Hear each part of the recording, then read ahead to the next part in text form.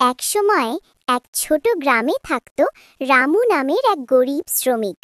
সারাদিন পরিশ্রম করে সে অল্প কিছু পয়সা উপার্জন করত, কিন্তু তার মন ভালো ছিল, কারণ সে বিশ্বাস করত পরিশ্রমী সাফল্যের চাবিকাঠি।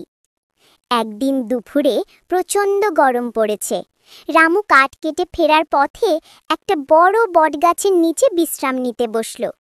তার গায়ে ঘাম ঝরছে, আর পাশে একটা ঝুড়িতে তার কোড়ানো কাঠ। গাছের ডালে বসেছিল এক চঞ্চল বানর, নাম তার মনু। মনু ছিল দুষ্টু, কিন্তু বুদ্ধিমানও বটে। রামু ক্লান্ত হয়ে একটু ঘুমিয়ে পড়ল।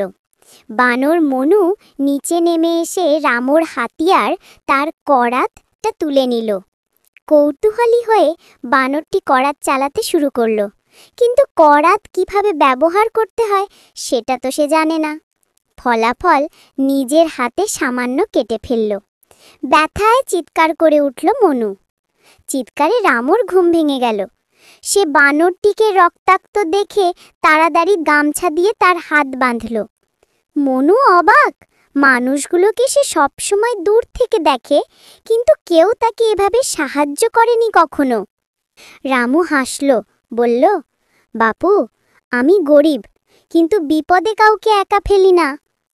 পরদিন সকালে মনু গাছে বসে ভাবল, এই মানুষটা ভালো, তার উপকার কিছু করতে হবে। তাই সে রামুর বাড়ির কাছের বাগান থেকে কিছু পাকা কলা এনে রামুর দরজায় রেখে গেল।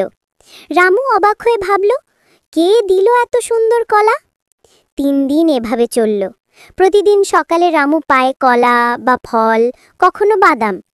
একদিন সে লুকিয়ে দেখে সেই বানর মনুই তার জন্য ফল নিয়ে আসে। রামুর চোখে জল চলে এলো। সে মনুকে ডেকে বলল, তুই আমাকে সুখে রাখলে রে মনু, মানুষও তোর মতো কৃতজ্ঞ হতে শেখে না। এরপর থেকে রামু ও মনুর বন্ধুত্ব গড়ে ওঠে। গরিব শ্রমিকের একাকী জীবনটা ভরে যায় হাসি ও ভালোবাসায়। মনুও আর দুষ্টুমি করত না। ছোট্ট বন্ধুরা, তোমরা ভালো আছো তো? আমাদের এই গল্পটা তোমাদের কেমন লেগেছে? তাহলে লাইক, কমেন্ট, শেয়ার করতে ভুলো না যেন। আর সাথে সাথে চ্যানেলটাকে ফলো করে রাখো। এই মজার মজার গল্পগুলো তোমরা আগে দেখতে পাবে।